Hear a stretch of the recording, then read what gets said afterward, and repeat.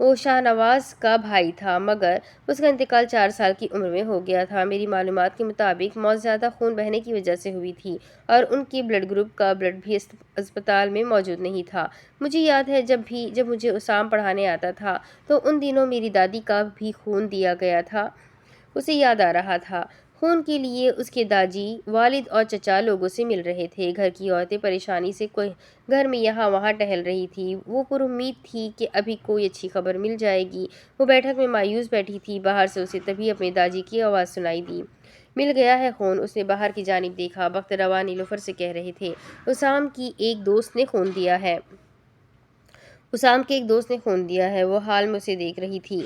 وہ دوست احسن نہیں تھا، یقیناً وہ تم تھے۔ اماں جی کا خون او نیگیٹو تھا اور داجی کا پازیٹیو، اور پھر ان کی اولاد کا بھی، اور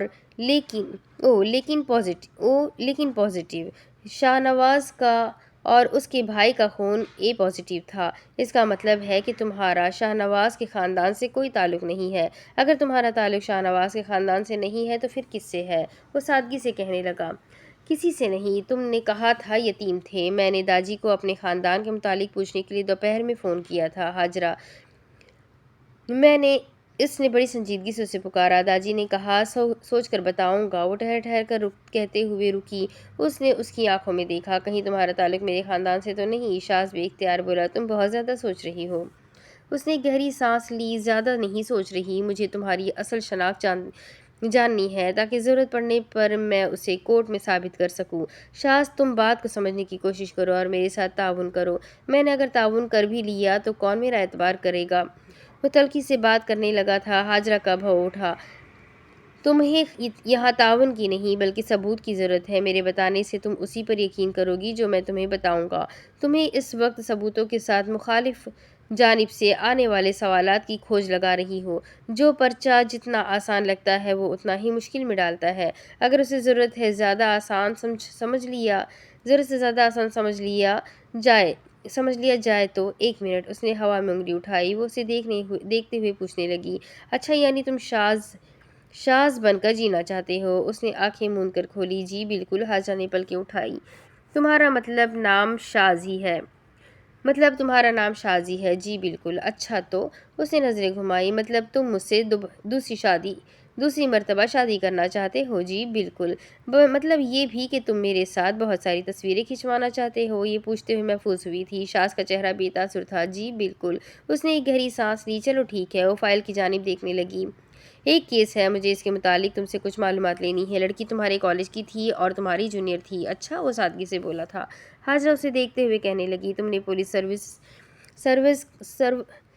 سروس کے دوران ایف اے اور بی اے کیا؟ حیرت کی بات، بی اے کے لیے کالج بھی گئے؟ وہ بھویں اٹھا کر بولا، کہنا کیا چاہتی ہو؟ وہ دوبارہ سے فائل پر دیکھنے لگی۔ کچھ نہیں، تمہارا یہ مفروضہ قطعی طور پر غلط ہے۔ ہاں، میرے تعلقات ایسے لوگوں سے ضرور ہے لیکن میرا پولیس کے کسی بھی محکمے سے کوئی تعلق نہیں ہے۔ ہاجرہ مسکرا کر بولی، جناب کے تعلقات بھی ہے اور جناب کا کوئی تعلق بھی نہیں۔ وہ بھڑک کر بولا، یہ تم گھما پھرا کر ہر بات پولیس سروس پر کیوں لا رہی ہو؟ اسے یاد آیا، چیتے دم پر ایک بھی کیس رپورٹڈ نہیں ہے۔ یہ بھی ایک کلو ہے۔ اس نے ضبط کرتے ہوئے ایک گہری سانس لی۔ دیکھو، اگر میرا کوئی تعلق ہوتا تو میں مال کے تبادلے والے دن دیوانوں کی طرح بھاگتا نہیں۔ ہاجرہ نے پتلیاں سکیڑ لی۔ بہت ممکن ہے تم سردار کو اپنی وفاداری کا یقین دلا رہے ہو۔ اس نے ذرا غصے سے میز بجائی تو ہاجرہ ٹھٹک گئی۔ میز پر رکھی ہوئی دوات ہلی۔ تمہیں میری بات سمجھ میں کیوں نہیں آ رہی؟ اس نے سادگی سے اس سے پوچھا۔ بھڑک کیوں رہے ہو؟ سچے لوگ مطمئن رہتے ہیں۔ ویسے زندگی میں تمہیں پہلی بار بھڑکتے ہوئے دیکھ رہی ہوں اور میں تم سے وعدہ کرتی ہوں جلد میں ایک ایسا انسان بھی ڈھونڈ لوں گی جس کے ذکر پر تم ریئیکٹ کرو گے۔ وہ فائل کی جانب متوجہ ہوئی۔ اس نے لب بھیج لیے۔ اچھا چلو کیس کی طرف واپس آتے ہیں۔ وہ قلم اٹھا کر کچھ لکھنے لگی۔ تمہاری جونیئر تھی۔ یہ سننے کے بعد تمہارا اطمینان دیکھتے ہوئے مجھے اندازہ ہو گیا ہے کہ تم قطعی ایک کھلنڈرے نہیں تھے۔ شاذ نے جواباً کچھ نہیں کہا۔ I never wanted to be a wife of Casanova۔ تم کیس بتاؤ گی؟ اس کا موڈ ان کی پچھلی گفتگو کی وجہ سے تھوڑا بگڑ گیا تھا۔ ہاجرہ اسے بتانے لگی، یہ کیس یہ ہے کہ ملزمہ پولیس افسر کی بیوی ہے۔ شادی کے 7 سال بعد اس کی پہلی اولاد ہوتی ہے اور وہ بھی بیٹی۔ ساس سے اس کی بنتی نہیں تھی اور شوہر ماں کی طرفداری کرتا تھا۔ ساس اکثر اس سے بیٹا نہ ہونے کے طعنے دیتی تھی اور ملزمہ کا مائکا بھی نہیں تھا۔ اس نے کئی مرتبہ گھر سے بھاگنے کی کوشش کی مگر ہر بار اسے پولیس والے کی بیوی ہونے کا خمیازہ اٹھانا پڑتا۔ لیکن کچھ روز قبل وہ اپنی انتھک کوششوں میں کامیاب ثابت ہوتی ہے اور اپنی ساس کو پیٹنے کے بعد اپنی بچی کو لے کر گھر سے فرار ہو جاتی ہے۔ پولیس اس کا پیچھا کرتی ہے مگر تب تک وہ دوسرے شہر نکل جاتی ہے۔ 2 دن بعد لاہور پولیس کو ایک عورت ملتی ہے اور وہ اعتراف جرم کر لیتی ہے کہ اس نے اپنی 2 سال کی بچی کو راہ میں پھینک دیا ہے۔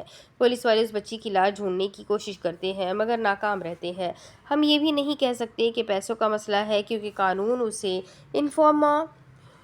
انفورما پاپریز کا حق دیتا ہے۔ ڈاکٹروں کا کہنا ہے یہ جرم کرتے اس کی دماغی حالت درست نہیں تھی۔ اس وقت وہ پولیس کی تحویل میں ہے اور جب بھی پولیس افسر اس سے باس پرس کرنے آتے ہیں تو وہ صرف یہ کہتی ہے کہ اس نے اپنی بچی کو مارا ہے اور پھر وہ رونے لگ جاتی ہے۔ اس کی دماغی حالت خراب ہونے کی وجہ سے تفتیشی افسر بھی اس پر ترس کھاتے ہیں اور واپس چلے جاتے ہیں۔ اس نے فائل سے ایک تصویر نکالی اور بغور اسے دیکھا۔ تصویر میں اس عورت نے اور اس کی بیٹی نے لان کی ایک جیسی قمیض پہنی ہوئی تھی۔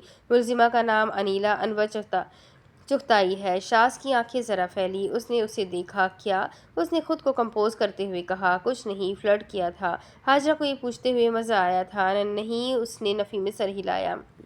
ہاجرہ نے لاپرواہی سے کہا، کیا بھی تھا تو ماضی میں کیا تھا، کوئی بات نہیں، میں برا نہیں مناؤں گی۔ میں نے بھی تو اسام اور تمہیں 2 ٹائم کیا تھا، اسے برا لگا۔ ہاجرہ، میں نے فلرٹ نہیں کیا تھا اور یہ احسن کی معشوقہ تھی۔ وہ ٹھہری اور اگلے لمحے اس نے بغور اسے دیکھا۔ وہ افسوس کرنے لگی۔ ملزمہ کی ساس کا کہنا ہے کہ وہ شادی کے ابتدائی سالوں میں اپنے معشوق کی وجہ سے ہی فرار ہونے کی کوشش کرتی تھی۔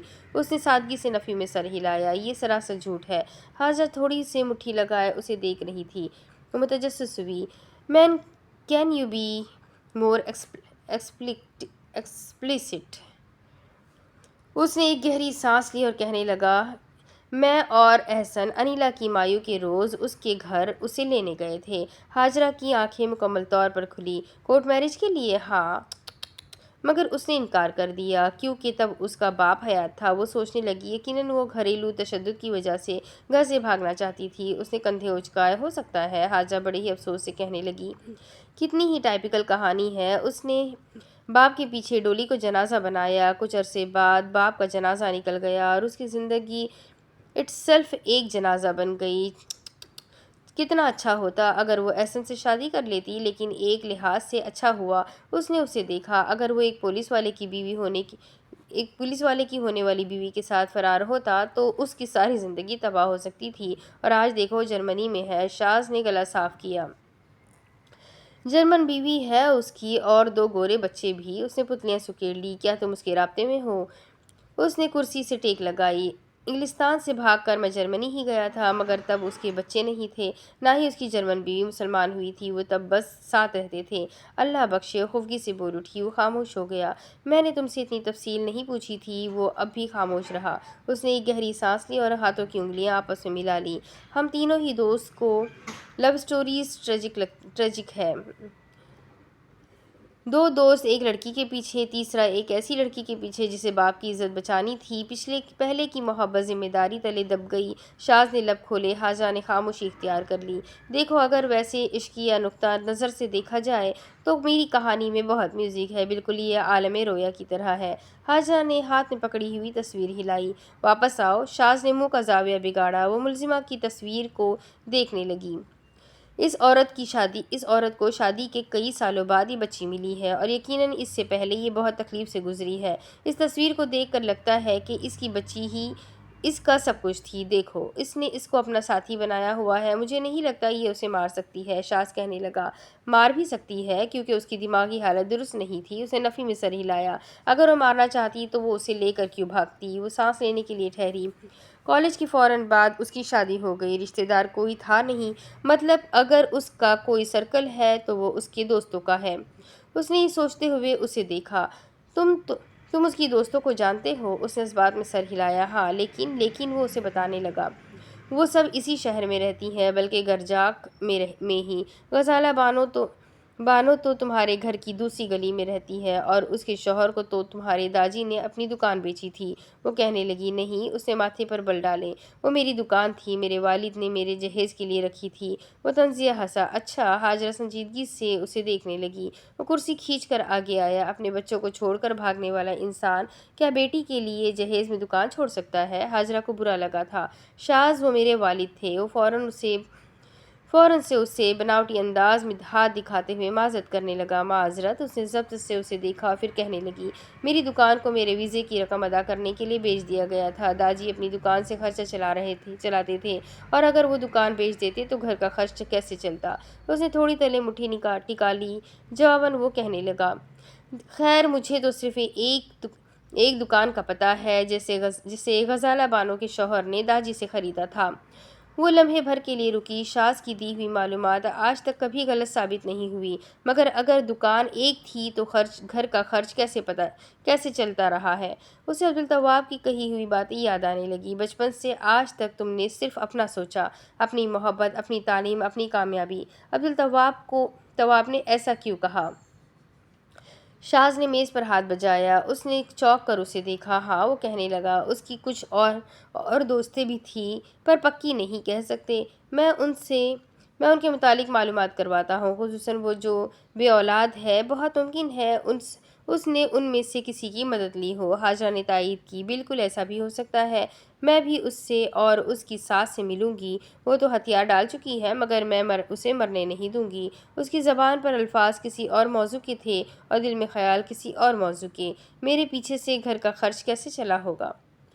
اب اس کے آگے کی کہانی میں آپ کو اگلی قسط میں سناتی ہوں۔ یہ ناول کافی بڑا ہے، تو میں کوشش کروں گی اس کے ایپیسوڈ بھی تھوڑے سے بڑے کرتی چلی جاؤں تاکہ یہ ناول جلدی سے میں آپ لوگوں کو پورا کا پورا سنا سکوں۔